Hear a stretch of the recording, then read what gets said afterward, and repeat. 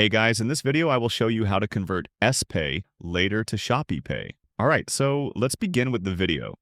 First, open the Shopee application and make sure you're logged into your account. Once you're logged in, navigate to the Me section, which is located at the bottom right corner of the screen. After entering the Me section, look for the My Wallet area. Here you'll see options like ShopeePay, Coins, SpayLater, and Vouchers. Tap on SpayLater and you'll be able to see your available credit balance displayed on the screen. Next, go back to the Shopee home screen. At the top left corner, you'll see the scan icon. Tap on it, and a QR or barcode scanner will open.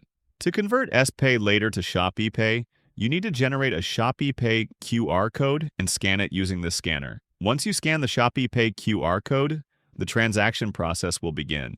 And that's it. So that's basically how you can convert SpayLater to ShopeePay. So that's all for this video. See you in the next one. Thanks.